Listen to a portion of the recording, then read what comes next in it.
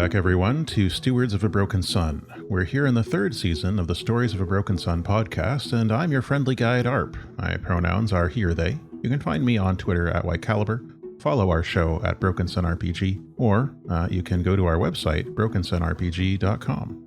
This season, we are playing the game Songs for the Dusk by Kavita Poduri and Quinn Floredo Vega, which you can find a link to in the show notes, or you can just type Songs for the Dusk into Google and it'll show up. Today, I am joined by three comrades in arms, and I am now going to introduce them after that slight awkward pause. We are joined first by Keekers. Hello, everyone. It's me, Keekers, also known as Be a Space Cat. Today, I'm playing Keva Jarma, the owner of she/her pronouns, and I am also the owner of she/her pronouns. You have joint ownership. Do you lease it out? Like, can other people use them too, or is it just strict ownership here? There are so many people out there who also own a pair of she/her pronouns. It's like a cooperative ownership for everybody. Mm-hmm. Thank you. And we can find you where? Oh, yes. You can find me online at Twitter as Be a Space Cat or various other websites with that name or a derivative thereof. Thank you. We are also joined by Velvet today. Greetings, everyone. I'm Velvet. I use they, pronouns, and I will be playing Joan Jaws, or Jojo, who uses they, them pronouns. You can find me pretty much everywhere on the interwebs at OG Brown Sugar. What's the latest project you're part of this month? I wasn't prepared for that answer. I'm in a couple of things. Right now, doing a lot of TTRPG streaming. So Friday evenings, you can find me on Archives of the Dragon on Twitch for Deep Magic, a Changeling, 20th edition campaign. Saturday evenings at the Bard's Playhouse for Fall of London, a Vampire 5e campaign. All right, thank you. And we are finally joined today by Trudy. Hi, I'm Trudy. My pronouns are they, them, and I play the adapted possum person, Ollie Oxenfree, who also uses they, them pronouns. You can find me at Twitter at good_damage. Thank you so much.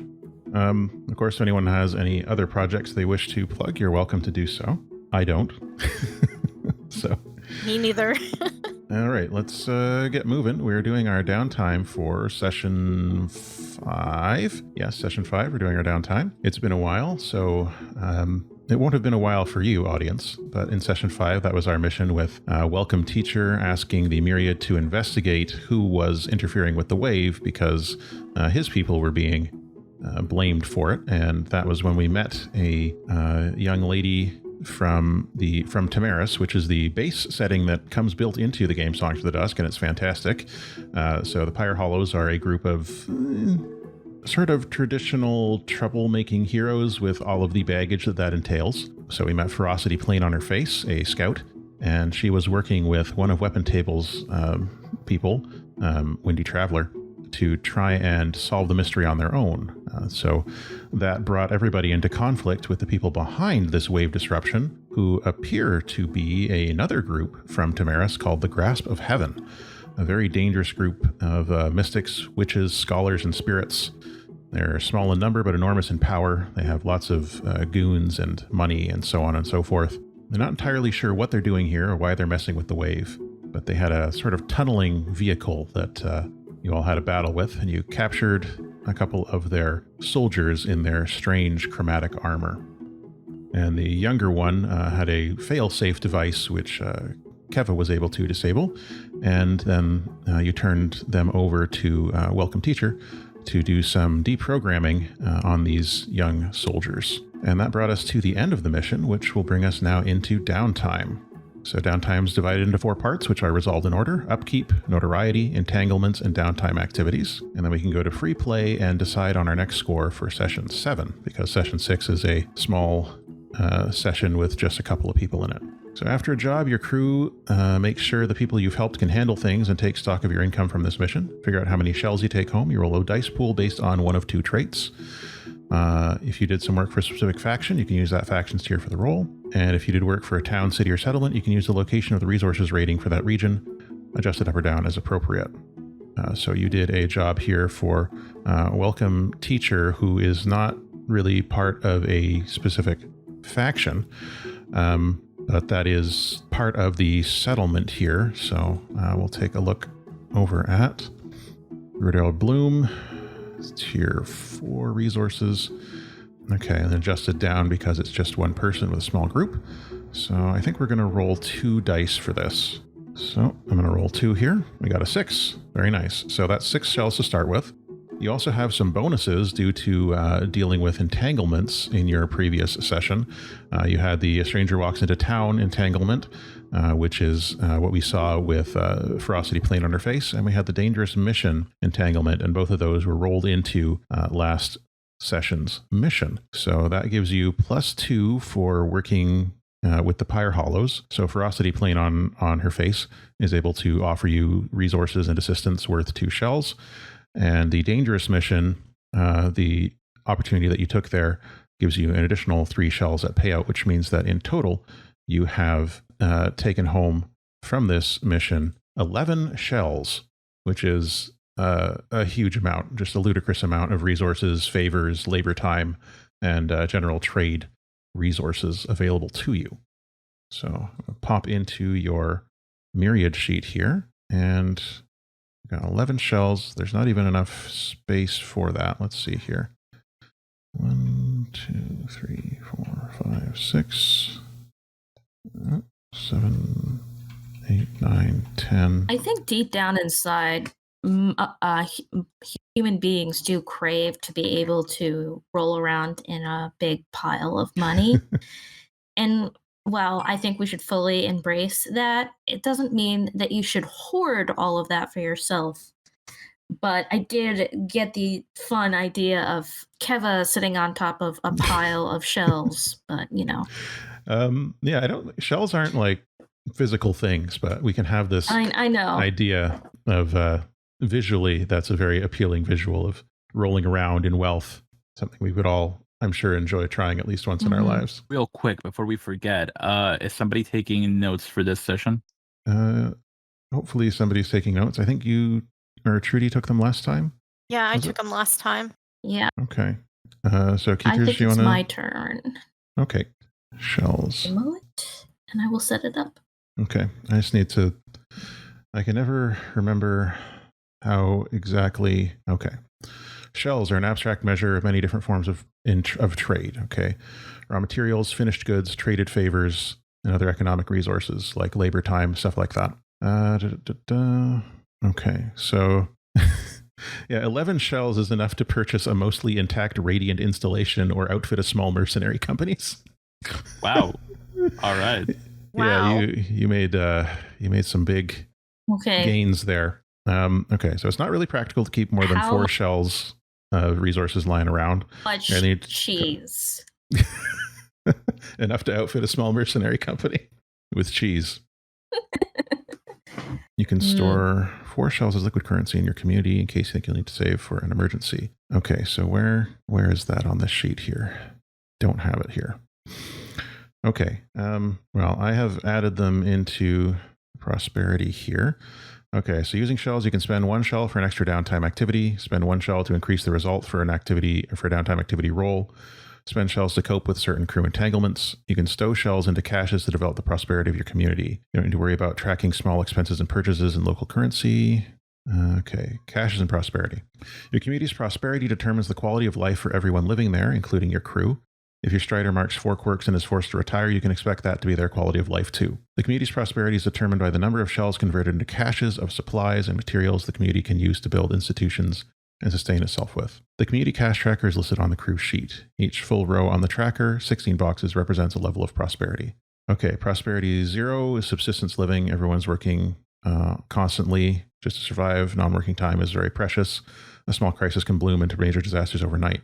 We have moved up with this payment into prosperity level 1. So we've actually made good inroads into prosperity level 1. Prosperity level 1 is meager. Basic specialization and decent quality care is available. People can reliably take a couple days off every week. Beginnings of holidays and festivals, and increased sense of camaraderie is prosperity level 1. So we have increased this one here. Now the cache boxes on the crew sheet are bifurcated. Each box has a flag descending from the bottom of it. Mark the top half whenever you stow shells into your caches, and mark the bottom half when you use caches to construct foundations. Your prosperity also functions as your crew's tier. That means that your prosperity has gone up now to, means that your tier basically counts as tier 1 now instead of tier 0. Okay, so that's good stuff. Now we have 1, 2, 3, 4, 5, 6, 7, 8. We have 8 shells in the cache for liquidity. And then we have 16, 17, 18, 19, 20, 21 total shells available to the community, which is what's putting us at prosperity level 1. Of those, 3 are currently invested in a foundation, which you are building the Lotus Beacon, I think. I'm building a Lotus Beacon. I don't know if anybody else is building a Rover Garage. The Rover Garage was one that you started with. Oh, gotcha. The Rover Garage and the warehouse you started with. Where is Lotus Beacon 3? Yeah, so those three that are invested are the ones that you're spending on building the Lotus Beacon. So yes, let's keep that in mind as we're going forward. Like, build things, build foundations, please. You got to build up the city. Mm-hmm. So make sure that when you have free time, you read over that kind of thing and find what you want to have here. Like you have equipment depots are down here that you can build. Improves your different types of weaponry and resources and tools, different kind of kits and stuff like that. So that improves your standard gear, equipment depots. Training facilities are, as you know, those add additional experience whenever you do training. So there's analysis, kinesis, semiosis, and playbook training facilities that you can construct here. Specialties, we have the impact mesh already done there, but you can see foundations for prosperity 0, 1, 2, and 3. So we can pick anything from prosperity 0 or 1 at this point. And the Lotus Beacon, I'm just going to, that's under the foundation clocks. So we can be working on 2 more foundations if you wish. That's a downtime action you can do. And you can always choose to invest a shell into doing an extra downtime activity, downtime action, if you don't want to spend one of your 2 on starting or working on a foundation. As a note, we are also 3 experience away from leveling up your community of Medleystead here, which means that you can pick a new ability from the special abilities list on the Myriad playbook here for couriers. That's all stuff to keep in mind as we continue into downtime here. Okay, heat and notoriety. Confronting chaos is a part of your job, and every mission you run feeds the rumor mill of the inflorescence. With those rumors come attention, both good and bad. With every mission you run, you'll pick up a little more heat, a representation of the many eyes of the inflorescence turning their attention towards you. You gain heat at the end of each mission based on how much damage you caused. Now, we already have +1 heat from, was a consequence of a roll during the mission. So we're starting out at 1. So 0 heat is smooth and simple, no collateral damage. I unfortunately don't think we managed that last session, what with the big gaping hole in the earth and all that. 2 heat is contained with minor collateral damage. 4 heat is chaotic. Problem spills over into civilian areas, major collateral damage, major acts of violence. 6 heat is wild and devastating. The problem majorly intrudes into civilian areas. Severe collateral damage. There are civilian casualties. So we're definitely not at 6. So the problem did spill over into civilian areas here, into that community garden that we had. So I think it's going to be 4 heat. Mm. And then we have +1, so that's 5 heat. And let me just put that in before we do anything further. So we're currently at notoriety level 1 here. And our heat is at 1, 2, 3, 4, 6, 7. So oof. That's a lot of heat. Okay, so that's spills over there. 9, 1, 2, 3. Okay. And that brings us up to the next level of notoriety. Okay, and +3 spillover heat. Good gravy. Okay.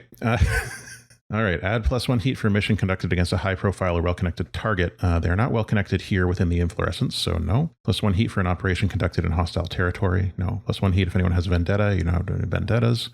+2 heat if anyone in your crew kills or permanently injures someone. That did happen. So add 2 there. So that brings us up to 5 heat at notoriety level 2. Okay.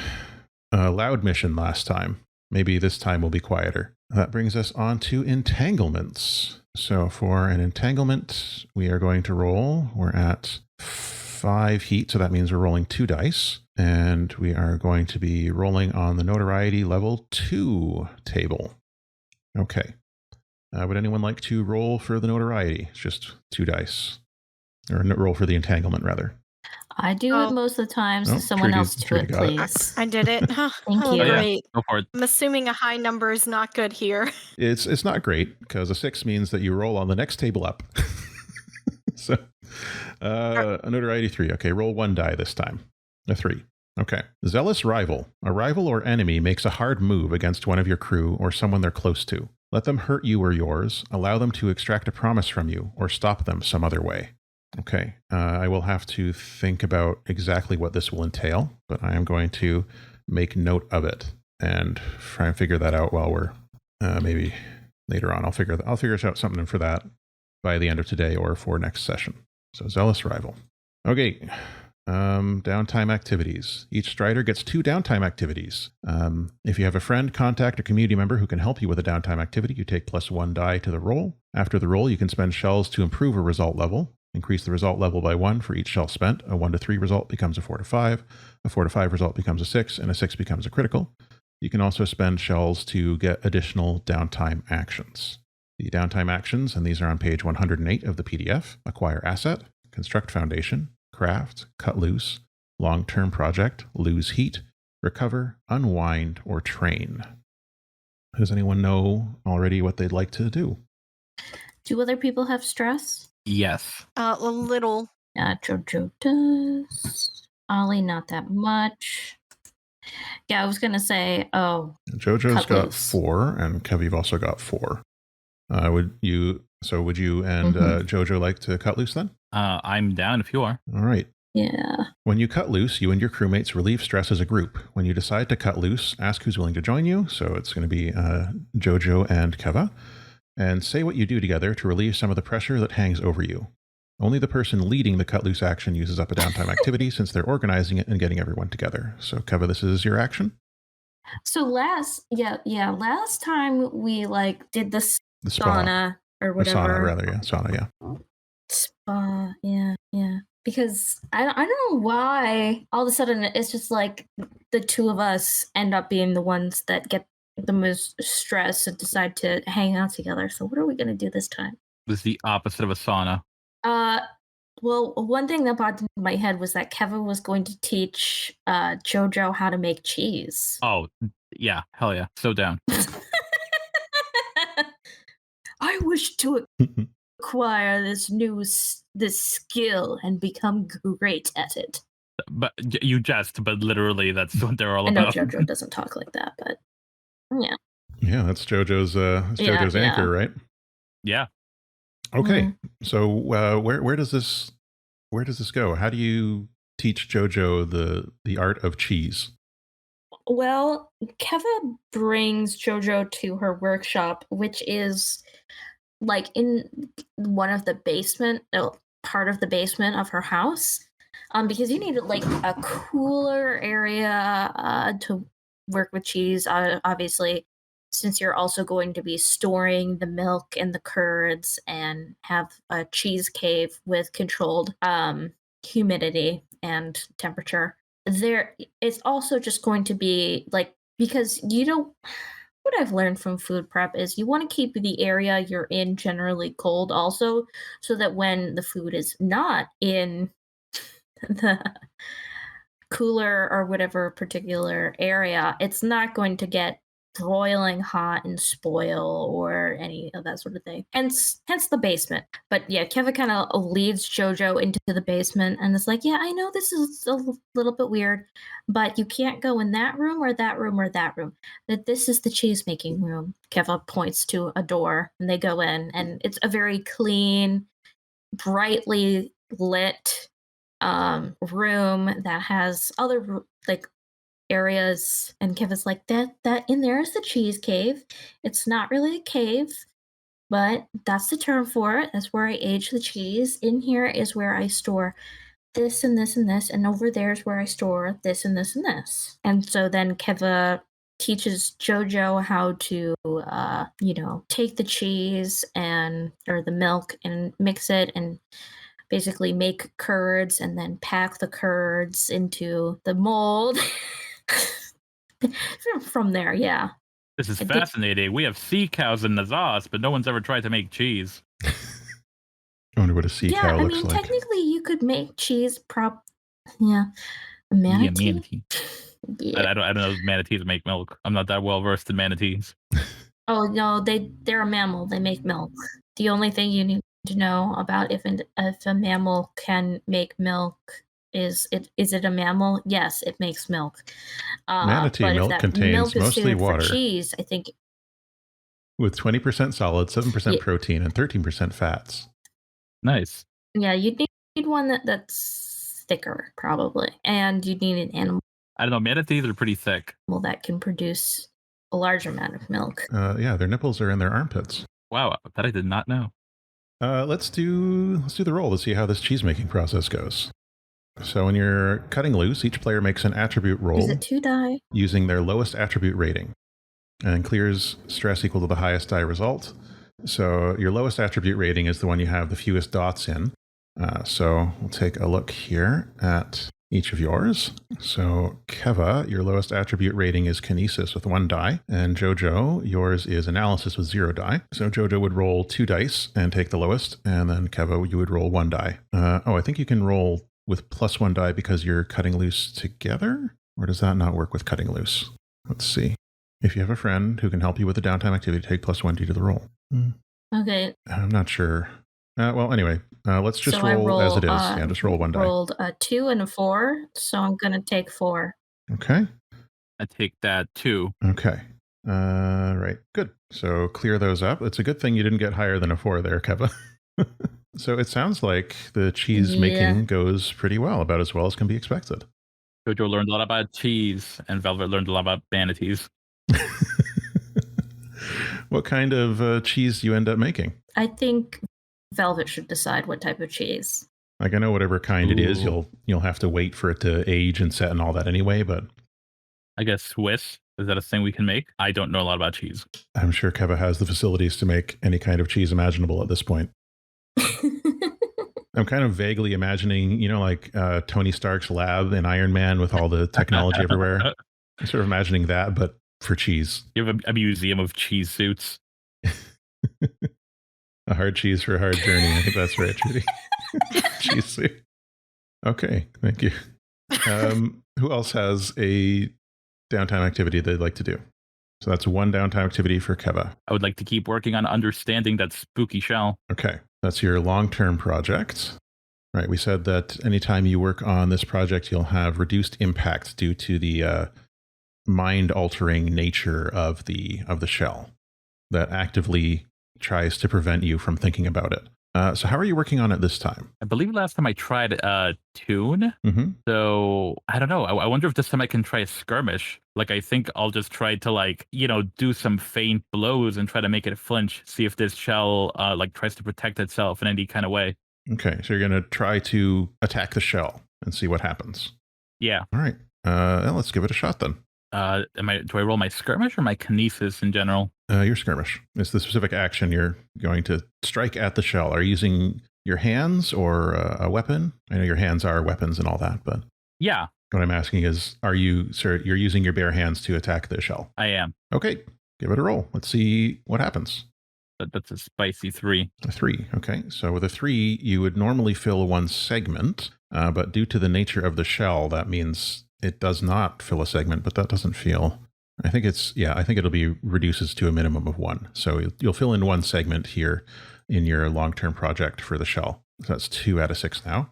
So as you are bringing your hand down on the shell, there's a flash of light, and you're suddenly seeing stars in that way that you do when when you're disoriented or perhaps have sustained a blow, and it's not clear to you exactly what happened. But there's, where was the shell when you were striking at it? I think I'd probably keep it in some kind of weird terrarium. Okay. The terrarium has been destroyed, and you can see scorch marks on the surface around where it was. But the shell is still sitting exactly where it appeared to be when you went to strike it. You're learning something about the nature of how the shell defends itself, but you can't for the life of you remember exactly what happened at that moment of impact. Like, you're bringing your hand down and then flash and then this scene in front of you. Spooky. Okay. Who's up? Trudy. Yeah, we're gonna go ahead and work on our long-term project, which is the Rift Opener. Okay. So that's your long-term project, Rift Opener. You're at 1 out of 6. So how are you working on the Rift Opener today?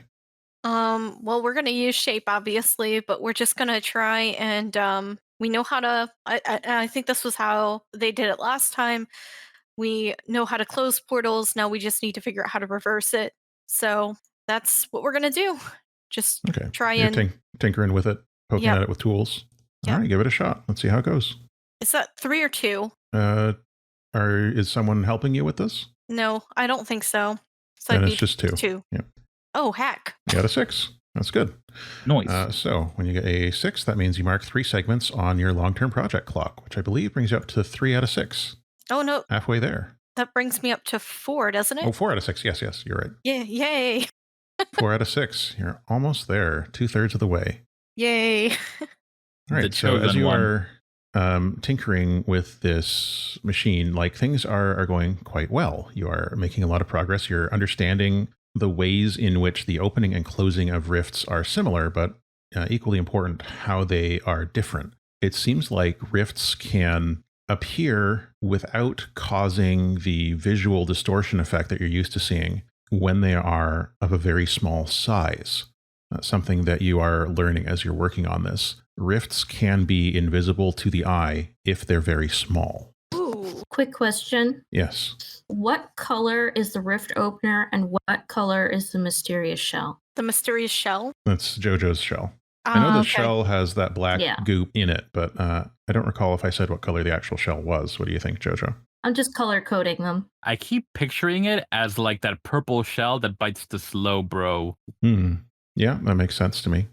And the Rift Opener I see as one of those translucent 90s phone kind of a color scheme. Obviously the Rift Opener is not a cell phone, but Okay. if you've seen any of those transparent 90s telephones like that with probably pink and blue and yellow. Okay, that's lovely. I remember those gummy phones. Oh, okay. Because at first I was imagining I was thinking of my Game Boy. The Game Boy Color was like translucent, but purple translucent. So, but yeah, I'm going to do like a neon color. Do you have a second downtime action in mind, Keva? Yes, I do. Give me one moment. I was double checking that I did not get stressed if I didn't work on my long-term project because I want to work on a different thing. I want to spend shells to set up another thing for our crew. And I wanted to make sure if this was a prosperity one. Yeah, sorry. I did notice that my analysis is all full up. Am I okay to put another block in? ARP? For your analysis? Yeah. Let's see here. When your analysis fills like that, that means that you can add a point to one of your actions. Yeah. I was just making sure it was okay to do it now and it isn't something that you do at the end of your downtime. No, you can do it as soon as that bar fills. You can do it right that moment. Okay, got it. Thank you. No problem. So, Keva, you were tempted by? Yeah, well, the fashion experts were seeing if we had like a medical bay for healing better. Let's see. There might be a foundation like that. There's a research lab. That's what I meant. Okay, there's research lab. There's passive camo, tactical sims, fashion experts, and side. Okay, so the research lab, that would be, I think, very useful for this crew for sure. Take +1 die to rolls to work on long-term projects related to scientific or transcendent investigation. That's 4 caches there. So do you want to start on that? Yes, please. Okay, so I'm going to type into our foundation clock here. Should I just tick it? No, not yet, because it doesn't exist yet. Oh, right. So when we start research on it, we're going to invest 4 of those shells and under prosperity there. And, oh, wait, sorry. I have to, because it's foundation 1. Okay, so 1, 2, 3, 4. All right. So when you are doing a foundation, building a foundation here, Construct foundation means that you need to invest caches. We've done that. Start the 4-tick clock. We've got that here. You'll typically use shape rolls to work on the foundation, but there are circumstances where it might be more appropriate to use a different action. So how does Keva get started on commissioning and building the research lab here?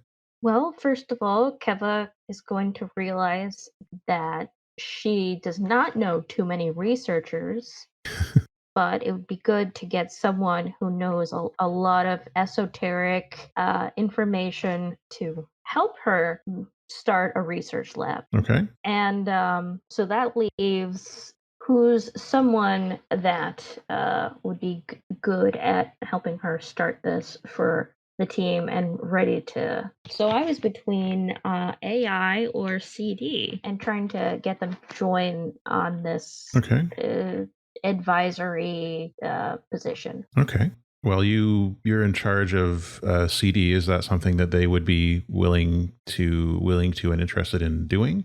Well, given current events, yes. I think CD's medical thing and position as someone that helped found a lot of the new medical areas in this, in Medley said in this section has kind of happened, and there are other people that kind of run it now. Mm-hmm. And given current events, I think that they would rather put a lot of their time and energy into research to help safeguard the future than so we'll do a shape roll, and you'll get +1 die for having community member help you out. So I think that's 2 dice for you to roll, and we'll see how work goes on the foundation.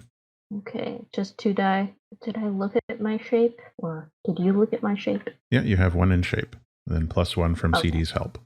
Because CD is going to be the individual manning or being in charge of it to a degree. All right, 4. Oh, 4. So 4 means we fill 2 segments on that clock. Okay. So the research lab is underway. Keva and CD collaborating on its construction. And that brings us to Jojo. You have a second downtime action? I do. I would like to keep working on the Lotus Beacon. Okay. So give us your shape. Is anyone helping you set this up? Ollie can help if you're okay with that. Oh, absolutely, yeah. Okay, so roll your shape +1 die. My shape. Oh, okay. So just the 1 die. Okay, got a 1, so that means we fill in another segment. So yeah, I mean, it's slow and steady progress on building the Lotus Beacon. Like, this is a fairly esoteric thing that you're trying to construct in Medleystead, and it's an anchor for the type of energy that you use for your combat, but also the type of energy that seems to connect a lot of the pathways and things that people experience in life. It's that energy, that network of living things, I think. So you're trying to build an anchor for life force, which is a difficult prospect, but you are making progress on that as we go. Did we already state where we're building the Lotus Beacon? No. Do you have a thought in mind where you want to put it? I'd like to put it on one of the floating waterfalls. Okay. So you're going to build it near the Widdershins? Or on the Widdershins? I think on the Widdershins. I'm thinking there's a waterfall, there's water cascading over the future beacon, if that makes sense. Okay. Very interesting. Now, would you say that this is energy field created by all living things? Oh, maybe. That surrounds us and penetrates us? I wouldn't go that far. I don't know. Ollie, do you have your second downtime action? Yeah, do y'all mind if I maybe have us lose some heat? Because yeah, that is a thing. Yeah. Okay. I know that some people like having that notoriety, and I didn't want to step on any feet. You can lose heat by working to smooth out your reputation in the inflorescence. Say what your character does to reduce crew heat and roll an appropriate action. All right. Ollie's going to do some volunteer work. So Ollie would like to teach some of the young folks, as if Ollie is not barely over young folk now, basically how to make or manipulate existing technology. So that's what Ollie's going to do. Okay.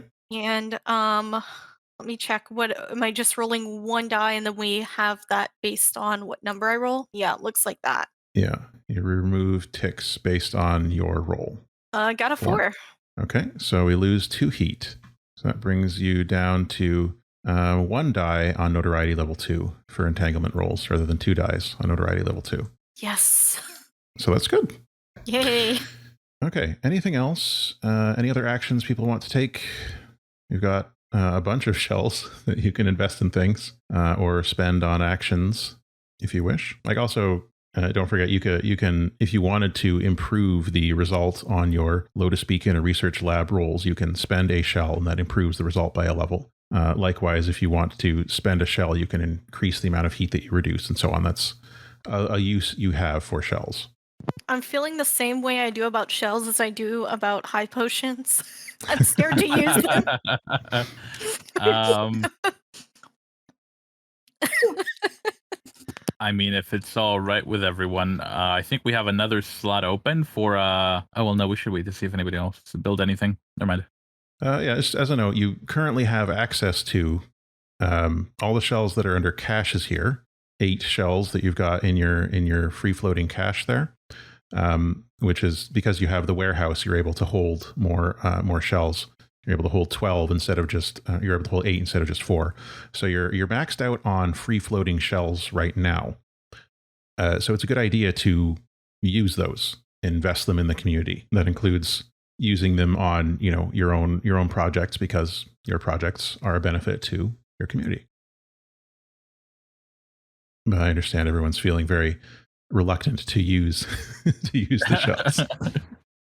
I mean, if no one has any objections, I might Maybe- use it to upgrade the Lotus Beacon some more. Yeah, let's do that. So you want to use it to boost your previous roll and add an extra tick to the Lotus Beacon, or do you want to do another roll on it? I'll do another tick because my rolls are not very good for shape. Okay.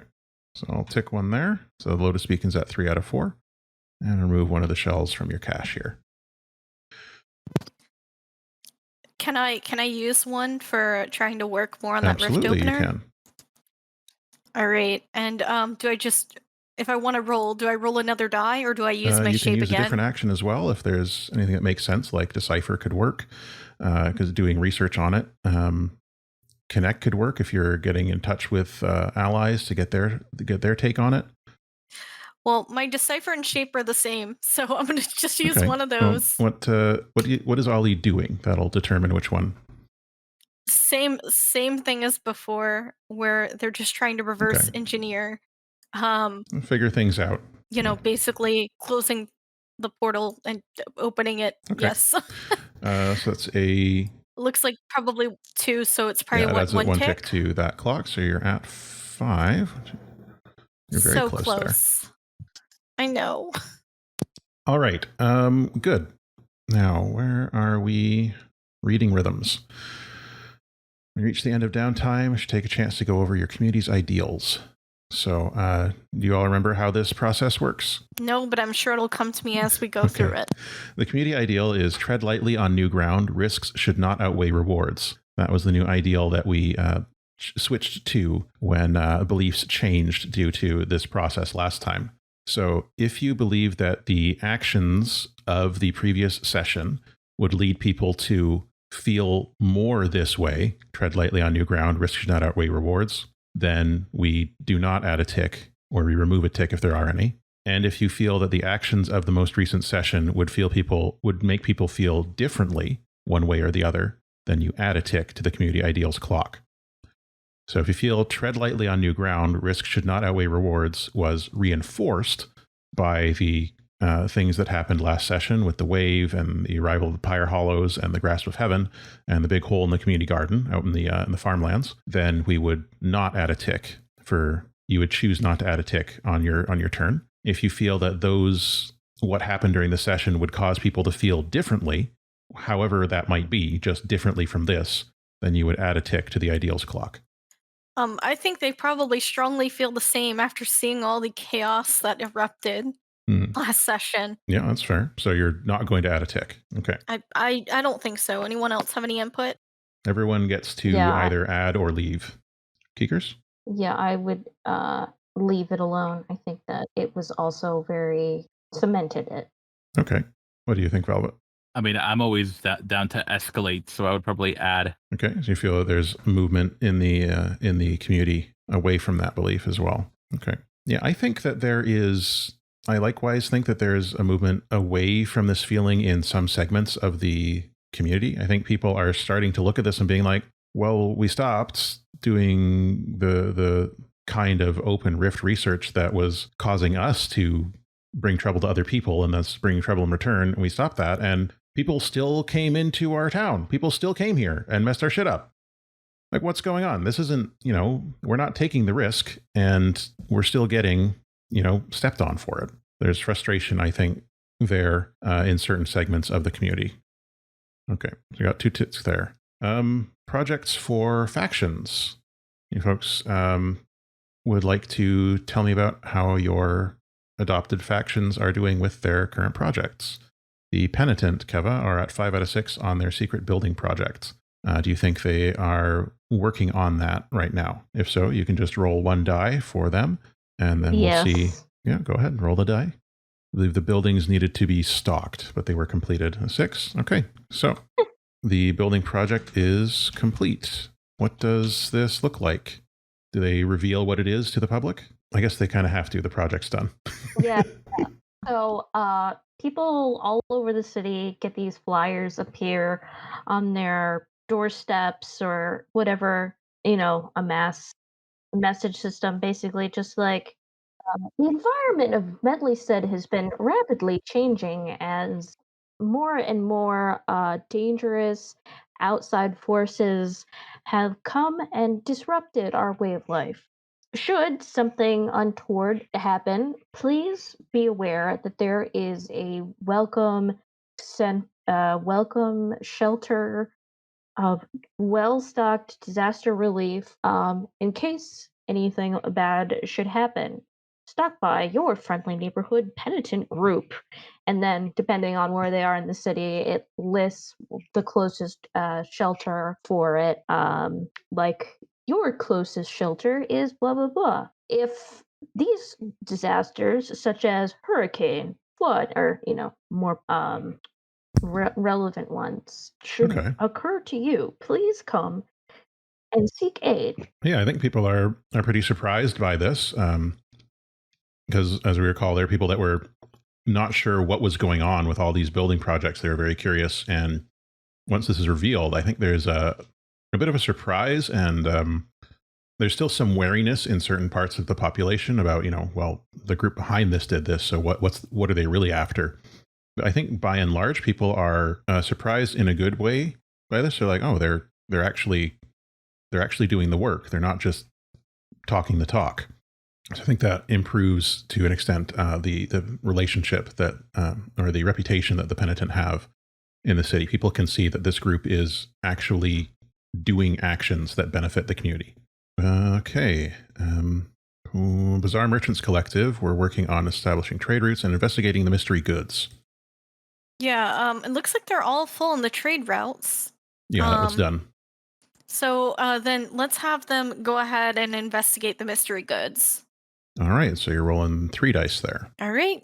That's a 6. Yay. All right, that'll fill up the clock there. All right, so I think this goes together well with the missions that Reaching has been doing on the side with the help of the Logistarch. The mystery good is indeed this game, a fork of a Republic of Anthophida simulation game has been introduced into the wave here, and people are playing it. Lots of people are playing it, many of them sort of secretly, and there's like encryption and stuff, so it's very difficult to find where the servers are that are running this or how it's working. But people are playing this game. Lots of people are, and it's not really like a sanctioned game. And as the BMC's investigation into what the content of this game is continues, there's sort of a worrying degree of worrying people who are like critics or researchers who are into understanding how cultures work and understanding how minds are changed, are sort of raising the alarm that this game is espousing views and cultural beliefs that are not necessarily compatible with how Medleystead works. So there's a sort of very individualist streak to the game, like a idea that it is individuals who are exceptional.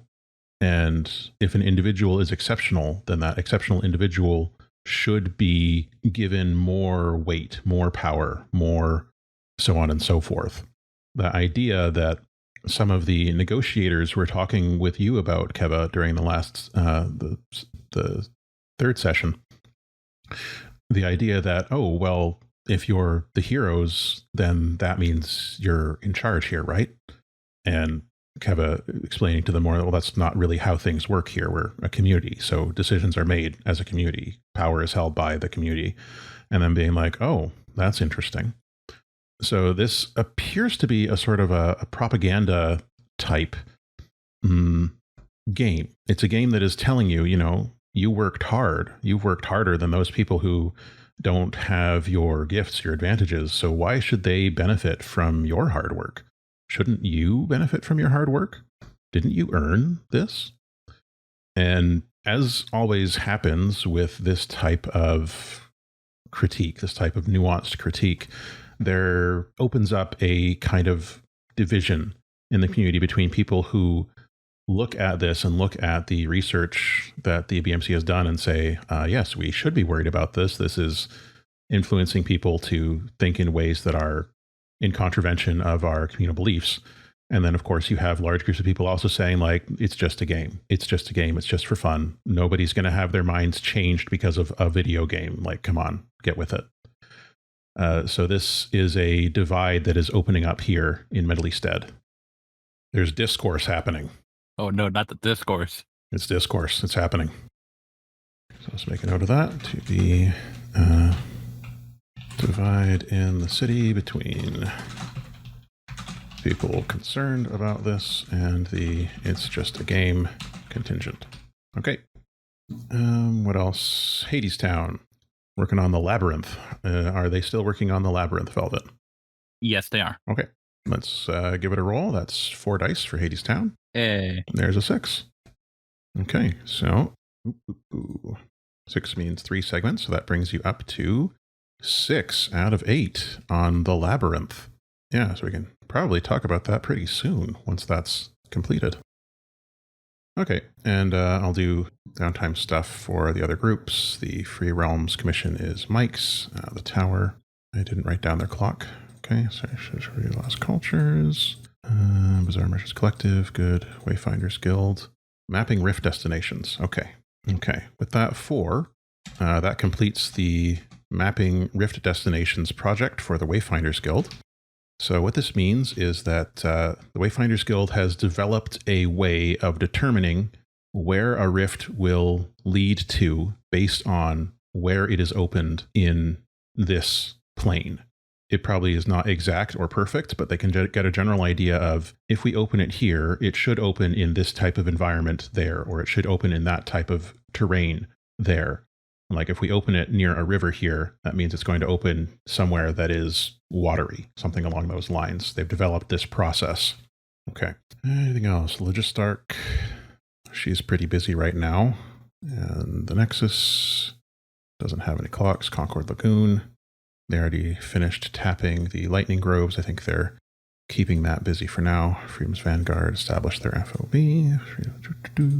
And Cable, already done that. Okay, that's it for here, I think. Right, I have that clock in the wrong place. Right. Okay, that brings us to experience here at the end of our downtime. So, pop back into your character sheets.